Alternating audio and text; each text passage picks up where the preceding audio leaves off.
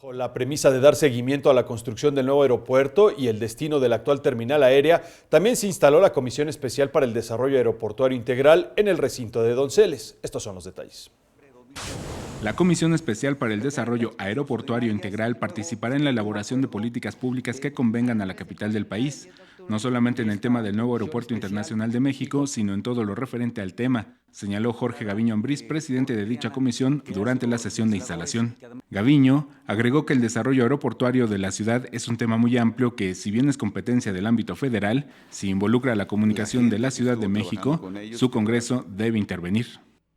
El tema del aeropuerto internacional de la capital de la República y de la región centro del país tiene trascendencia internacional y es por ello que debemos tener todo el talento, toda la diligencia, todo nuestro interés por lograr construir el mejor esquema mental para entender lo que nos depare el destino. La diputada Janet Guerrero Maya, integrante de la comisión, señaló que esta legislatura deberá acompañar la decisión de los capitalinos con respecto al nuevo aeropuerto, toda vez que estamos a menos de 15 días de la consulta en donde los ciudadanos habrán de decidir qué pasa con este proyecto.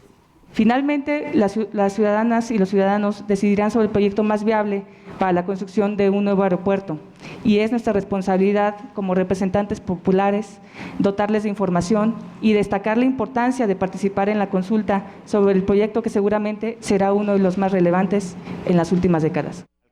En contraste, Jorge Triana, quien ocupa la secretaría de la comisión, polemizó sobre el tema de la consulta y señaló que existe poco interés de la población por participar en este ejercicio. Cerca del 70% de las personas no están interesadas en el tema del aeropuerto en el país.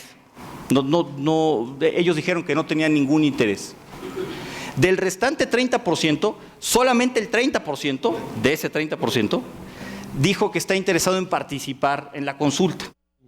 Jorge Gaviño anunció que se entregará a los diputados integrantes de esta comisión un paquete de documentos que les permita tener un mayor conocimiento sobre el tema del nuevo aeropuerto. Y el viernes delineará su programa de trabajo. Anunció que habrá reuniones con diputados y senadores para intercambiar puntos de vista y los resultados de los encuentros y conferencias serán publicados en la página de internet del Congreso Capitalino. Con imágenes de Javier Martínez, Alberto Álvarez Santana, 21 Noticias.